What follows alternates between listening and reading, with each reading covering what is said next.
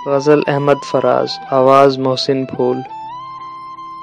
तेरी बातें ही सुनाने आए, दोस्त भी दिल ही दुखाने आए। फूल खिलते हैं तो हम सोचते हैं, तेरे आने के ज़माने आए। ऐसी कुछ चुप सी लगी है जैसे हम तुझे हाल सुनाने आए। इश्क तन्हा है सरे मंजिले गम, कौन ये बोझ उठाने आए। अजनबी दोस्त हमें देख के हम कुछ तुझे याद दिलाने आए। दिल धड़कता है सफर के हंगाम, काश कोई फिर से बुलाने आए।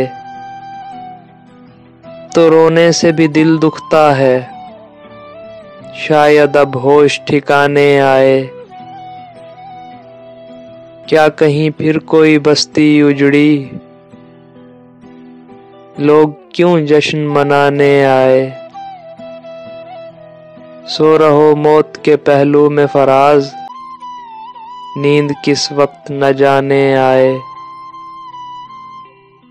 तेरी बातें ही सुनाने आए, दोस्त भी दिल ही दुखाने आए।